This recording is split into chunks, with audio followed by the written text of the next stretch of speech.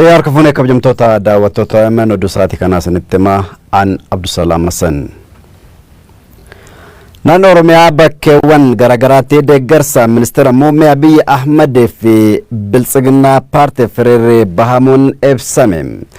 Godina Baalee bahaa magaalaa Gendheer godina addaa Oromiyaa naannoo Finfinnee magaalaa Duukaramitti hiriirri deeggarsa taasifamuun himamee jira. Akkasumas godina Booranaa magaalaa Yaabaloo godina Gujii lixaa magaalaa Bulee Horaattis hiriirri bahamuutu himame. Hiriirtotni deeggarsa ministeera muummee Abiy Ahmed qaban dhaadannoowwan garagaraan ibsanii jiru. Bifuma wal fakkaatuun magaalaa Harargeettis hiriirri deeggarsa ministeera muummee Abiy Ahmed taasifamee jira. Hiriira kana irratti kutaaleen hawaasaa garagaraa argamanii jiru. Oduudhuma wal qabateen hiriira deeggarsa ministeera muummee Abiy Ahmed tibba kana godina Harargee baanaalee garagaraatti waamamee gara mormiitti jijjiirame jedhamee waliin wal qabate namoonni hedduun hidhamuun ibsamee jira. Odii Muusaa gabaasa bilbilaa qaba. Egaa hiriirri deeggarsa ministeera muummee Itoophiyaa Dr. Abiy Ahmediif magaalaa Hararitti adeemsifameeti jira. Hiriirri kunis kan adeemsifame egaa deeggartoota isaanii aanota baadiyyaa naannoo Hararii irraa gara istaadiyoom Hararitti konkolaataadhaan fiduudhaani. Hiriirichi kun gara nagaatii fi tasgabbiitii mormii tokko malee deeggartoonni deeggarsa ministeera muummee Itoophiyaatiif qaban agarsiisuudhaan yeroo ta'u, gama biraatiin ammoo achuma magaalaa Harar keessaa namoonni hedduun gara istaadiyoom Hararitti deemuudhaan osoo deeggarsa ministeera muummee Itoophiyaatiif qaban hin agarsiisin hafaniitti jiranii. Kunis kan ta'e egaa hiriirota kana dura Harargee bahaa godina garaagaraa adeemsifaman irratti hokkarri waan tureef uummanni naannichaa san sodaatuudhaan dukkaanonni hedduun naannoo Hararii keessatti cufaadha. Hararallee konkolaataan hedduu deemaa jiru. Gama biraatiin ammoo hiriira deeggarsa ministeera muummee Itoophiyaatiif torbaan kana keessa Harargee bahaa aanota adda addaa irratti adeemsifamee fi gama mormitti jijjiirame kana hordofuudhaan sodaan nageenyaatii fi yaaddoon nageenyaa guddaan Awwadaayii fi magaalaa Haromaayaa keessatti kan mul'atu yeroo ta'u, gama biraatiin ammoo hiriiruma gara mormitti jijjiirame kana hordofuudhaan aanota Harargee bahaa hedduu keessatti hidhaa fi doorsisni hedduun itti fufeeti jira. Akka fakkeenyatti yoo fudhanne Harargee bahaa aanaa miidhagaa tolaa keessa namoonni hanga 50 ta'an qabamanii yeroo ammaan tanaa mana hidhaa akka jiranii namoonni naannicharraa dubbisne kan nu himanii. Gama biraatiin ammoo achuma Harargee bahaa magaalaa Dadar keessatti namoonni hedduun qabamanii mana hidhaa kan jiranii fi namoota sanirraa ammoo namni 5 gara mana murtiitti geeffamee akka jirudha. Keessa beektota irraa ragaan fudhanne kan nu himu. Ragaa kana mirkaneeffachuudhaaf ammoo caasaa bulchiinsaa fi nageenya magaalaa Dadarii fi aanaa Dadar keessaa nama tokko kan maqaa isaanii dha'uun barbaanne irratti bilbilee namoonni kun mana murtii geeffamanii himanni irratti banamuuf akka deemudha kan nuuf himanii. Dabree ammoo achuma magaalaa Dadaritti halgadda jechuudha dargaggoon Bahaar Abubakar jedhamu tokko rasaasa mootummaatiin akka dha'amedha dargaggoota naannichaatirraa kan dhageenye. Gara biraatiin ammoo hidhaan kun ittuma fufuudhaan Harargee bahaa aanaa Gooroo guutuu magaalaa Kaarramillee irraa illee namni hedduun qabamanii mana hidhaa akka jiranidha. Namoonni gamasii dubbisne kan himanii. Gama biraatiin ammoo Harargee bahaa aanaa Qumbiitii fi Gaara Mul'ataa akkasumas ammoo naannoo Kombolchaatti illee uummanni sodaa nageenyaatii fi yaaddoo nageenyaa guddaa keessa akka jirudha. Kun kan ta'uu danda'u ammoo jalqabuma akka hiriirri deeggarsaaf bahame akkuma gara hiriira mormitti jijjiirameen humni raayyaa ittisa biyyaa hojii nageenya kabachiisuu maqaa jedhuun naannichatti sochii eegaluu isaatiin akka ta'e godina Harargee bahaa keessatti namoonni hedduun yaaddoo nageenyaatii fi sodaa nageenyaa keessa akka jiran kan nu himanii.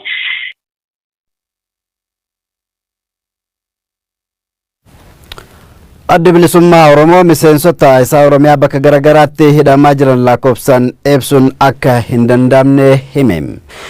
Miseensi Shanee Gumii Addichaa Mikaa'el Booran dhaabni isaanii mirga socho'ullee akka dhabe bilbilaan Oromiyaa miidiyaa neetworkitti himanii jiru. Muhammad Saraayitu dubbise. Addi bilisummaa Oromoo lakkoofsi miseensota isaa Oromiyaa bakka garagaraatti hidhamaa jiranii haalaan dabalaa akka jiru hime. keessattuu godina addaa Oromiyaa naannoo Finfinneetii fi Harargee lamaanitti hidhaan akka hammaate miseensi Shanee Gumiitii fi itti gaafatamaan damee aadaa fi beeksisaa Mikaa'el Boran OMN itti himanii jiran. Lakkoofsi hidhamtoota miseensotaa fi deeggartoota keenyaan lakkoofsan qabu akkitti lakkoofsaan ibsinu nu rakkisa.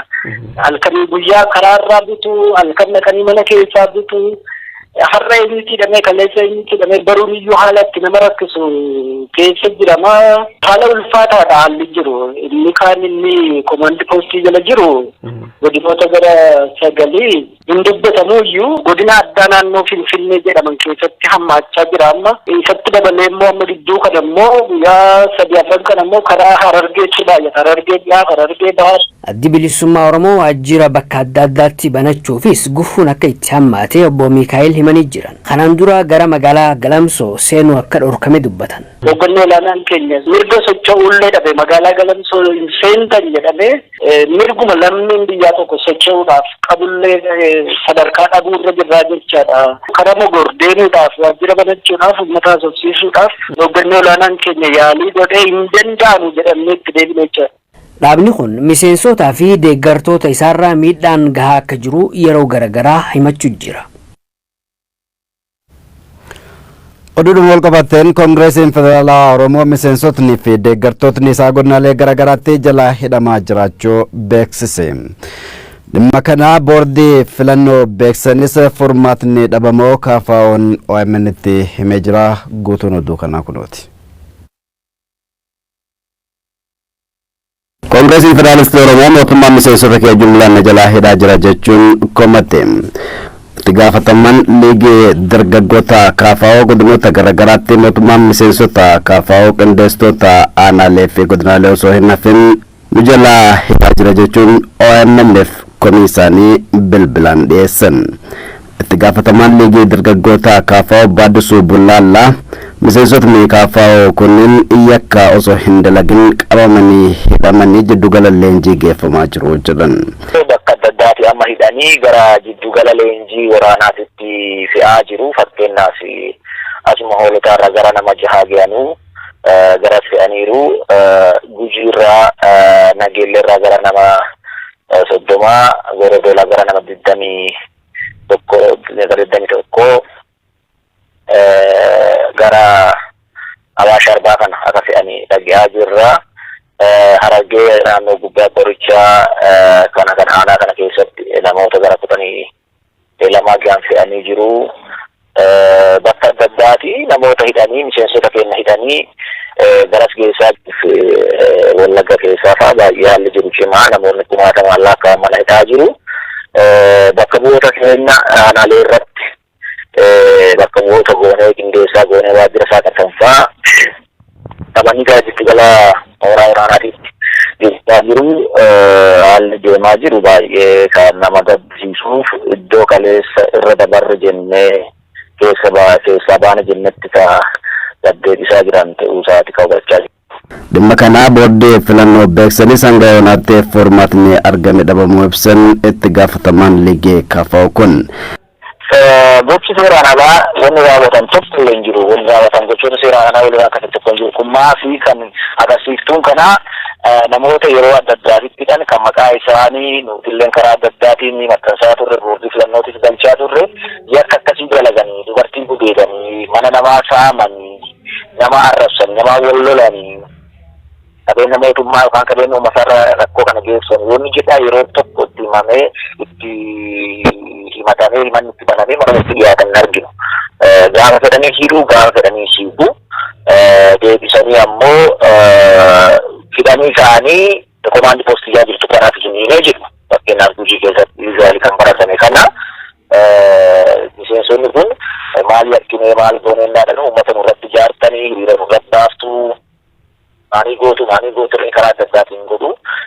Kanarraa mana murtiirraa waraqaan itti ba'ee gaafiin hin jiru. Manni murtii hidhamanuu dhiyaatan jedhee hin jiru. Waraqaan akkasiin dhiyaatu namni kana raawwachaa jiru poolisumaa fi kadiree gandaa faanaatti kana godhaa jira.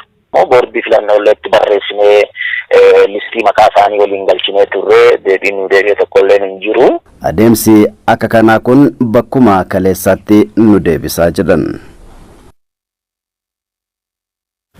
mootummaan gama isaatiin namoota yakkaan shakkametu hidhame jedha. Hooggantuu itti aantuun biiroo dhimmoota kominikeeshinii mootummaa naannoo Oromiyaa adde Ilfinesh Baayechaa OMN'f yaada kennaniin namni sababa siyaasaan hidhamu mootummaan quba hin qabu jedhan. Muhammad Siraayitu dubbise.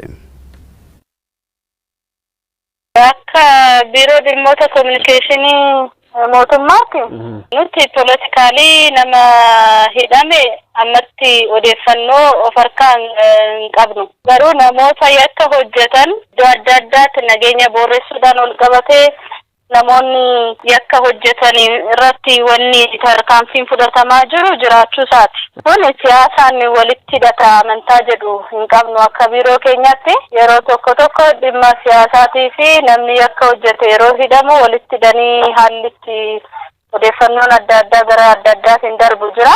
Akka mootummaa naannootitti kominikeeshiniitti garuu odeeffannoon nuti qabnu bakka adda addaarraa komii yeroo adda addaa yoo ka'u kan qulqulleeffannu namoonni adda addaa yakka yoo hojjetan isa san qulqulleessuudhaaf mootummaan sadarkaadhaan jiru qabuun jira. Qulqulleessee namoota yakka hojjetan kana tursiisu jira. Namoota immoo shakkiidhaan qabaman immoo yeroo yeroodhaan jala gadhiifamaa kan jiran ta'uu isaati.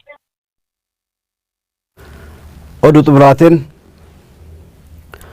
ummanni keenya gufuu wal duraa kaasuun muuxannoo walirraa qooddatee hojii dinagdee irratti jabaachuu qaba jedhu pirezidaantii itti aantuu fi qindeessituun kilaastara dinagdee adda caaltu isaanii. Warshaan bishaan kiyyaa abbaa qabeenyaa injiinar Tsaggaayee Sooriin ijaaramee eebbifame. Abrahaam Birruu sirna eebbaa kana hordofee jira. Birrii miiliyoonni 200 kan itti bahe warshaan bishaan saamsee gurguru bishaan kiyyaa magaalaa Bishooftuu keessatti ijaaramee eebbifame. Warshaan kun ijaarsa kan xumurame hagayya darbe yoo ta'u dandeettii bishaan abbaa liitira tokko 1,100 fi 40 guyyaatti oomishuu qaba. Namoota warshicha keessa hojjetan 300 fi raabsitoota 300 carraa hojii kan uume warshaan bishaan kiyyaa kun teeknoolojii warshaan bishaanii addunyaa amma irra gahe kan hidhatee jiru. Abbaan qabeenyaa warshaa kanaa injiinar Tsaggaayee Soorii. Bishaan kiyyaa tokkoffaa maashiniin ammayyummaan ittiin hojii jalqabe baay'ee guddaadha. Fifth generation yookiin generation shanaffaa kan jedhu dhodhaani harkaan utuun tuqamiin waan tokko namoota wajjin qunnamtii utuun qabaatiin kan oomishamu maqaa ta'eef qulqullinni isaa guddaadha. Yeroo dhugannis dheebuu baasuu irratti akkaataan itti baay'ee gammachiisaadha. Kanaaf ji'a xiqqoo yaaliidhaaf tamsaasa gochaa ture irratti baay'ee jaallatama ta'e iddoo baay'eetti tokkoffaa ta'uudhaan kan gurguramaa jiruu fi kan jaallatamaa argate. Eebba warshaa kanarratti kan argaman kantiibaa magaalaa Bishooftuu adde Alamtsaa Shifarraa abbootiin qabeenyaa keenya abbaa qabeenyaa warshaa bishaan kiyyaarraa barachuun waan karoorsan yeroodhaan galmaan ga'uu qabu jedhu fakkeenyummaa warshichaa yoo kaasan. Fakkeenyummaa kan abbootiin qabeenyaa biroos lafa fudhannee teessisuu qofa osoo hin taane irratti hojjennee hojii dhabaa keenya hojii keessatti galchinee dinagdee biyyaa dinagdee naannoo cimsaa deemuu danda'uu qabna waan ta'eef fakkeenyummaa gaariidha. Irra deebi'ee abbootii qabeenyaa injiinar Tsaggaayee fi haadha warraa isaa baga gammaddan baga gammanne jechuun barbaadu. Warshaa bishaan kiyyaa kan eebbisan pirezidaantii itti aantuu fi qindeessituun kilaastara dinagdee Oromiyaa adde caaltu isaanii mootummaan naannoo Oromiyaa abbootii qabeenyaa naannichaaf xiyyeeffannaa addaa kennee hojjetaa jira jedhan. Uummanni keenya gufuu wal duraa kaasuudhaan muuxannoo walirraa qooddatee hojii dinagdee irratti jabaachuu qabaa jedhu adde caaltuun. Uummata kiyya bal'aadhaaf Oromoodhaaf wanni dhaamuwan keessattuu dargaggoota keenyaaf yeroo isaa irra caalaa kan gubuu qabu maal irratti akka ta'e osoo sirriitti xiinxalee gaariidha jeetii naman.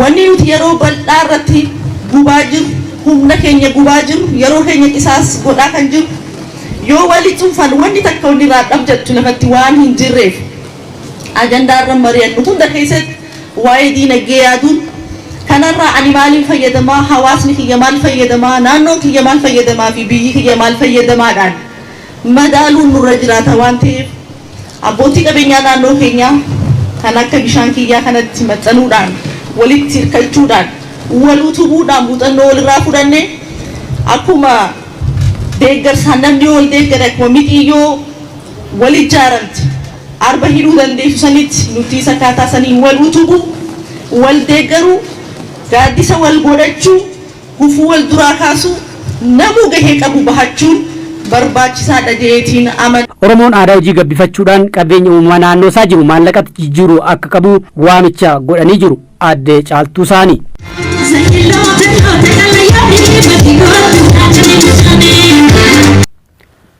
Egaa kabajamtoota daawwattoota OMN oduun sa'aatii kana kan hanga ammaa ture sagantaaleen OMN afanitti oofuu daawwadha.